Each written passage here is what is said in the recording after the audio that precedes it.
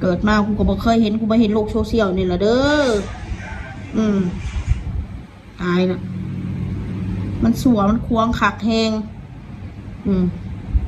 ใครขี้เดียดไอ้เกียดไอ้พวกไอ้ผัวเมียอันขี้โกงผัวเมียช่อโกง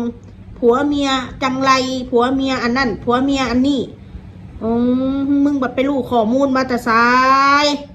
คือสิมารู้คักแท้ผู้ใดมาตัดสินกูว่าพวกกูเป็นคนผิดนะมีแต่พวกมึงอะจับกลุ่มกันป้าตัวพี่น้องแบบเห็นแบบคึกขนองแห้งเดี๋ยวนี้เห็นแบบออกมาป้านั่นลังออกมาเห็ดขีบพากันเห็ดขีบใส่ครอบครัวข่อยพี่น้องเลยความสุขเนาะแบบนั้นเนาะกูก็เพิ่งจะรู้นี่แหละกูก็เห็นสันดานสุดกูก็เห็นสันดานแบบมันบ่แม่นว่า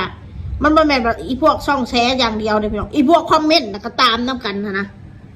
สันดานแบบนี้หลายขนาดเราสั้นในโลกไปนี่กูยอมสู้สิ่งบัติกูยอมให้กู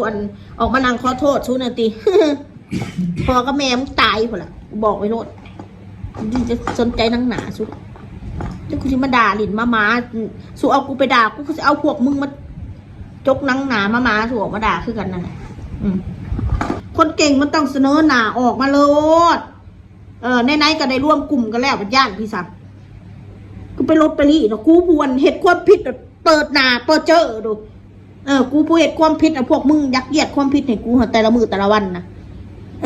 กูเปิดหน้าให้เปิดเจออยู่ที่แจ้งอยู่ไปใส่มาใส่กระทายให้เบิ่ง